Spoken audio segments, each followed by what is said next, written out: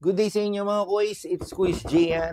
Ayan, nandito tayo ngayon sa Manila and meron akong hawak na bagong sapatos na gusto kong i-share sa inyo mga kuys dahil medyo special yung colorway nito.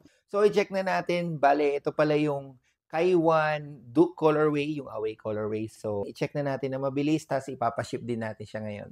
Bale mga kuys, wala kasing perfect spot ngayon para mag-unbox. Pero ito yung pair mga kuys, isa sa mga napansin ko agad is yung box niya, hindi special box, yung regular box lang. Pero pag binuksan mo naman mga kuys, ayan, makikita mo dito yung napakagandang sapatos. Ayan, hanap tayo ng magandang ilaw. Ayan siya. So, ito siya mga kuys.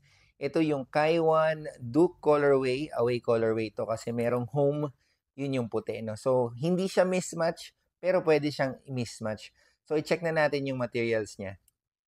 So, dito sa uppers niya mga kuys, walang halos pinagbago bukod sa mga kulay, no? Napakaganda lang ng combination ng black, blue, and silver. Isa sa mga napansin ko dyan is yung gradient effect nitong TPU na to mga kuys. Ayan, no? So, from black to blue, from blue to black. So, ayan. Sa ilalim mga kuys, isa pa sa mga bagong makikita mo is itong blue na outsole dito.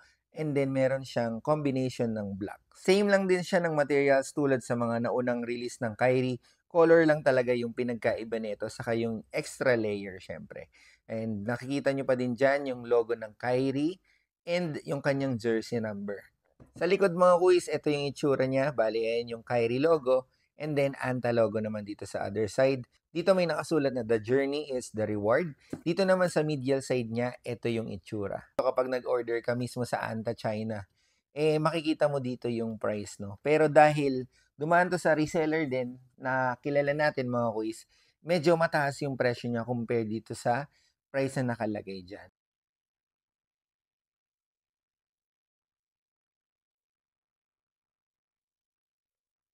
So ayun, ganun lang kabilis yung ating vlog. Pero mga kuys, gusto ko lang din i-shoutout si Kuys Kevin Aguas na taga Eastwood Rodriguez Rizal na bumili sa atin ito. Walang patumpik-tumpik mga kuys. First transaction namin to and sobrang salamat sa tiwala. Meron pa pala tayong isang Kyrie na pinick up din today dito sa Manila dahil merong nagpapahanap sa atin.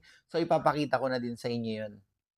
Kailangan ko pa bang ipakita sa inyo yung details nito? Sige, pwede din mga quiz. Kasi hindi naman natin to na-vlog dati. So, mga quiz na makikita nyo dyan, parehas yung materials niyan. It's just that white to, no? Tapos white din itong kanyang Nitro Edge foam. Makikita nyo dito sa likod na mas visible yung kanilang logo dahil nga dun sa color. And ayan, makikita nyo dyan yung Kyrie. Dito naman is yung Anta logo and the journey is the reward.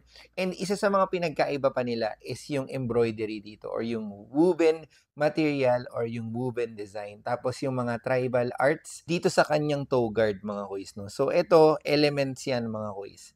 Elements. Hindi ko kabisado pero yun yung ibig niya sabihin. So ano sa tingin nyo? Mas maganda ba tong color na to? Shoutout pala kay Quiz Carlo ng Power Hoops and kay Boss ng mayari or yung isa sa mga boss ng Power Hoops na bumili nitong pair na to. No? Yung Power Hoops mga quiz is official outfitter ng ilang teams sa MPBL. Previously mga quiz alam ko hinandle nilang MPBL kaya kung gusto nyo ng mga jerseys, yan, Power Hoops, the best yan sa Pampanga and nag-ship din sila nationwide.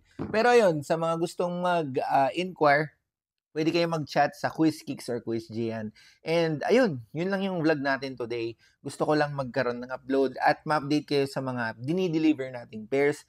And lalo na kung mga ganito kagandang pairs yung ating mga na-deliver.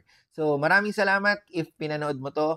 And wag mong kalimutan mag-subscribe para mapanood mo yung mga susunod nating video. Salamat sa mga bumili ng pairs natin, no? And ayun, meron tayong extra income. Itong mga Kyries na to. The best.